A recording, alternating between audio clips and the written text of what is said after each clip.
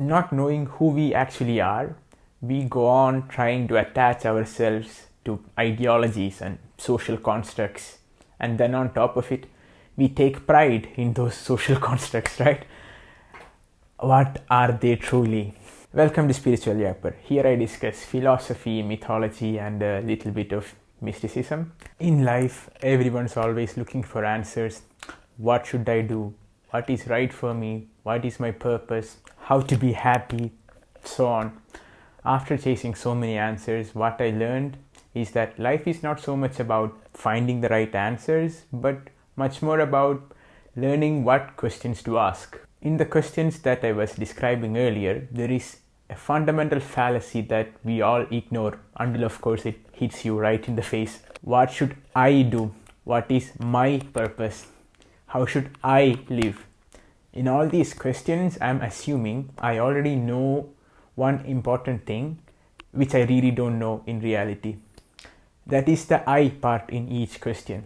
I assume I know who I am in the question of what should I do. I assume that I know the my in the my purpose part. For me, whatever that me is, the greatest error one can make is to assume that I know something without actually inquiring about it well enough. For those of you who think that the inquiry of I is an unnecessary gimmick of the thought and mind, so is everything else that follows after that, and that was before it.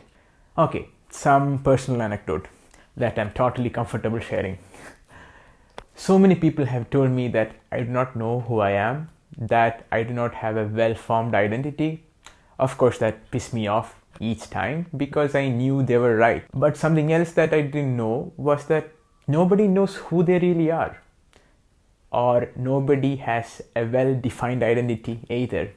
It's all about how well can you pretend you know yourself, how well and how long can you tell everyone and yourself that you know who you really are. We go on living pretending that we are what we do.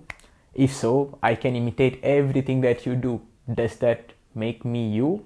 I don't think so. Many of us already do this. We go on imitating our parents, celebrities, teachers, sacred texts. I introduce myself to everyone saying, hey, I am Sai. But is that it? Is that all who I am? A collection of random sounds? Also, there are a million other people with the same name. What makes me different from them? Because I definitely exist apart from them, right? So it's definitely not the name. On top of it, name is just a few crumbled up scribbles or symbols upon which we have attached concepts to, right? When you get into a fight with anybody, we say things such as, who do you think you are? All the while not knowing who we think we are, right? I made a video earlier about how to find your guru or teacher. But do I really know this I who is looking for a teacher? If I don't know myself, how can I find anything, let alone a master? How can I trust a person to teach me who I think I am? Not knowing who we actually are, we go on trying to attach ourselves to ideologies and social constructs, and then on top of it, we take pride in those social constructs, right? What are they truly? If I could blame every single problem in this world on one single thing, it would be exactly this, our lack of identity and how we live in a denial of this issue. I am proud to be an Indian. I am from the land where yoga, philosophy, mathematics and astronomy thrived. So I am proud to be an Indian, and I am gonna rub it on your face. But first of all, I didn't do shit. I'm just taking credit for what others did, who lived around the same area in which I was born, who happened to be there on another century. The bullshit is the same all over the globe. Make America great again. We are proud Americans, the best in the world. Our lack of identity makes us anxiously attach ourselves as a society into geographical borders that changes from one century to another. Needless to say, the same goes on for gender actually.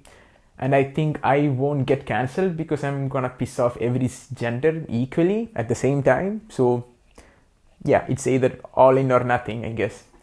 We identify ourselves as male, female, non-binary, lesbian, gay, and so on and so forth. But Is that what really defines us?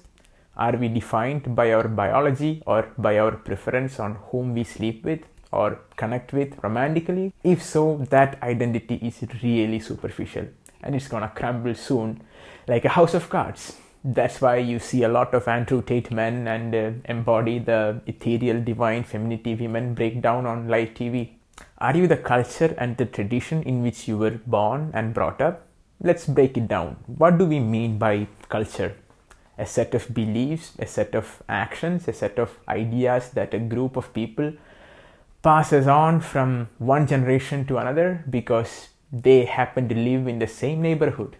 A set of shared experiences that you were taught as right and the way to act in life by familiar figures in your life, like parents, family, teachers, masters, whatever, which again is merely a copy-paste mechanism, a mere imitation of the imitation of the imitation of the imitation of the so on, And if you're okay with yourself being defined as an imitation of something else, guess what, my friend, you are lucky, for you can live in peace until, of course, something comes along and shatters that idol as well. And of course, the point of all this inquiry by negating what is not the self is for us to either reach a place of stability or to accept the instability of the self, or knowing truly that you cannot really know, and to at least put it into practice in a day-to-day life.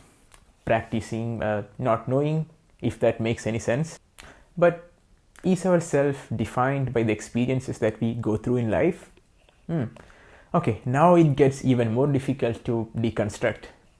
We have to ask, what is it that we call an experience in a day-to-day life? Experience, as we imagine or go through or can think of and name, are merely memories, right? When you drink a cup of coffee, you are experiencing the coffee. It has a taste, it has a smell, it has a texture, it has a temperature, it looks like something visually. And after analyzing with your 5 senses, like touch, smell, taste, vision and sound of you sipping the coffee, for example, your mind tells this is coffee. And how does it know that? It has a memory of a previous experience of a coffee which is created by the 5 senses before mentioned. And just like coffee, we experience everything else in life, from simple things to really complicated situations with many layers of information. But again, everybody experiences coffee. It's a common thing. But who is it that experiences it? Then we run into the trilogy of the experiencer. That's you, the experience itself, which is the senses enjoying it, and the what is experienced, that is the coffee itself. Here, the closest to the self, it would seem, is the experiencer, right? And who is that? We circle back again to the same question. But what if the self or I is the collection of experiences that we go through, not just one single experience, but everything? Everything that we attached to that I am.